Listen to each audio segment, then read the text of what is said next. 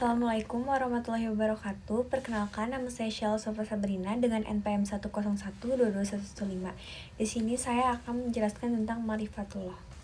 Yang pertama ini ada urgensi mengenal Allah SWT. Urgensi mengenal Allah adalah kunci penting dalam kehidupan individu dan masyarakat karena yang pertama, memberikan dasar kepercayaan dan keyakinan spiritual yang mendalam. Yang kedua, menjadi panduan moral, membantu memahami perbedaan antara benar dan salah. Yang ketiga, menyediakan sumber dukungan dan menyembuhkan mental dan emosional. Yang keempat, ada menetapkan tujuan hidup yang lebih besar dan memberikan makna dalam tindakan sehari-hari. Yang kelima, ada mendorong hubungan sosial yang sehat dan toleransi. Yang keenam, ada mengatasi ketakutan akan masa depan dan ketidakpastian. Dan yang terakhir, ada membentuk karakter yang baik seperti kejujuran.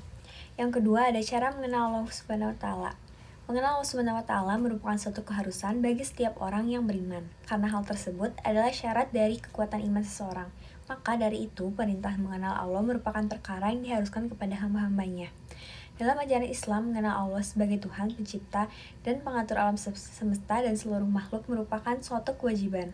Allah SWT telah mengisyaratkan dan mengajak hamba-hambanya untuk mengenal dirinya sebagaimana firman-Nya dalam Al-Quran yang terjemahnya sesungguhnya dalam penciptaan langit dan bumi dan pergantian siang dan malam terdapat tanda-tanda kebesaran Allah bagi orang-orang yang memiliki aksi.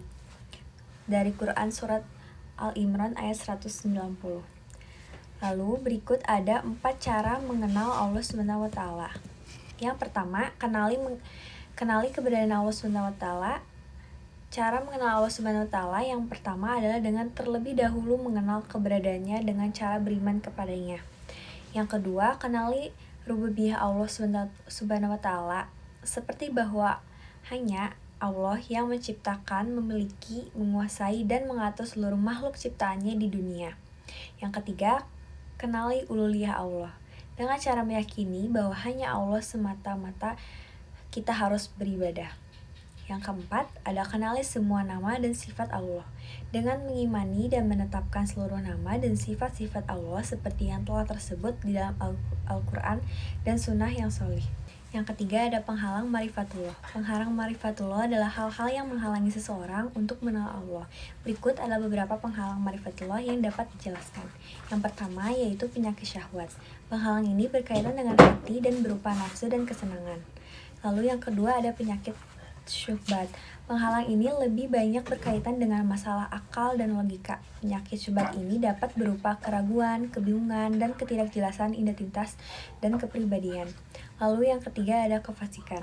Penghalangan ini berkaitan dengan perbuatan maksiat dan kemaksiatan. Lalu yang keempat ada sombong. Penghalang ini berkaitan dengan sikap sombong atau takabur. Penyakit ini dapat menjadikan seseorang sombong. Lalu yang terakhir ada penyimpangan.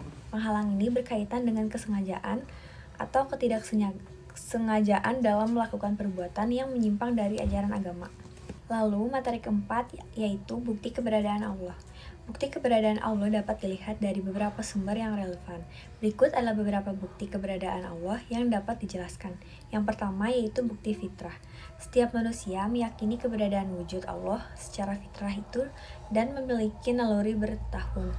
Lalu yang kedua, bukti indrawi.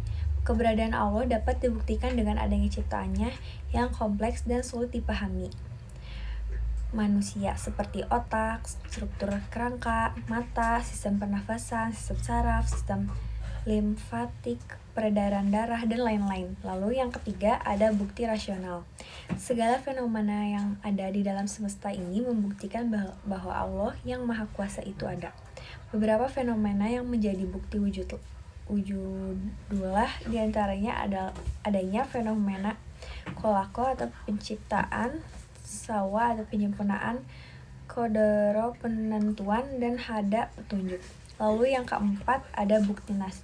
Banyak peristiwa bersejarah di masa lampau sejak Nabi Adam hingga hari ini yang menunjukkan keberadaan, keagungan, dan kekuasaan Allah. Lalu yang kelima ada bukti sejarah.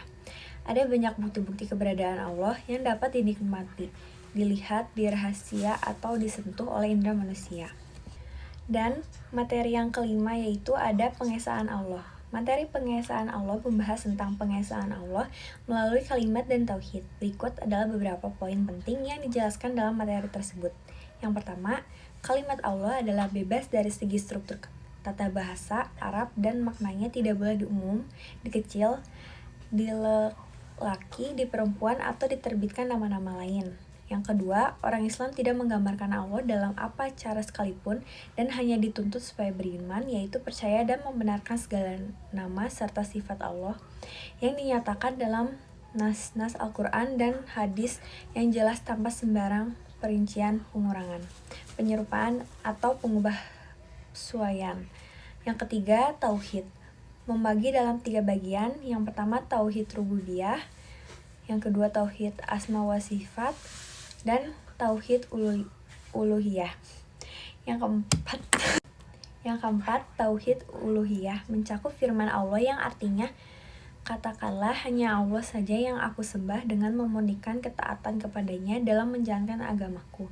Maka sembahlah oleh kalian, hai orang-orang musyrik, apa yang kamu kehendaki selain Dia. Quran Surat Az-Zumar ayat 14-15. Lalu yang kelima ada tauhid uluhiyah, mencakup melakukan peribadatan kepada Allah dengan ikhlas yang dilakukan berdasarkan petunjuk Rasulullah. Dengan memahami pengesaan Allah melalui kalimat dan tauhid, seseorang dapat meningkatkan kepercayaan dan kesadaran tentang keberadaan Allah SWT. Sekian yang bisa saya sampaikan, mohon maaf apabila ada salah kata. Wassalamualaikum warahmatullahi wabarakatuh.